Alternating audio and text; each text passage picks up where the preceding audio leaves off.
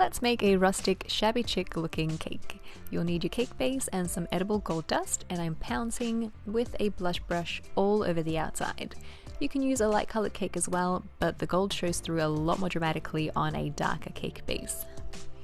Once it's all covered, pop it to the side and then fill some piping bags with colored buttercream and white buttercream. A few tablespoons will do, and then flatten it out along with a second color or just with white.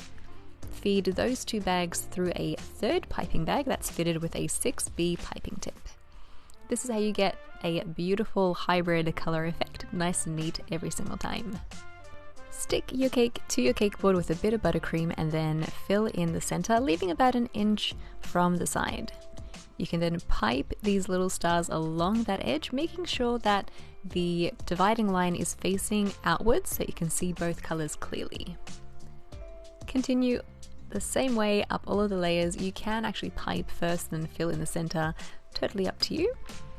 I recommend that you don't press down too firmly either each time you pop on a cake layer. That way the pattern can show through nice and thick. Alternatively, you can just pipe all the way to the middle, and that way when you cut the cake you actually have those colors showing through in the actual cake slice, so totally up to you. Between each star dollop I've added a edible gold pearl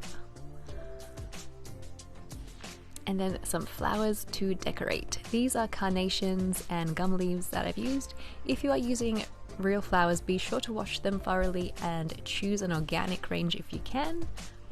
And also feed through floral wire. So you don't want the stem in the cake, a wire that's been covered with floral tape and then fed through a straw will be nice and food safe. Attach a wire to the gum leaves as well, just to give yourself a little bit more control over the angle that it enters the cake. Add some plastic wrap, so some Glad wrap or whatever you use to cover your food with, and wrap it around the stem or the wire of each little bouquet piece.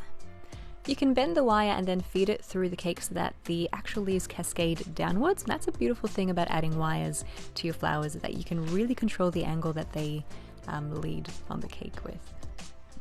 Add some at the base of your cake as well.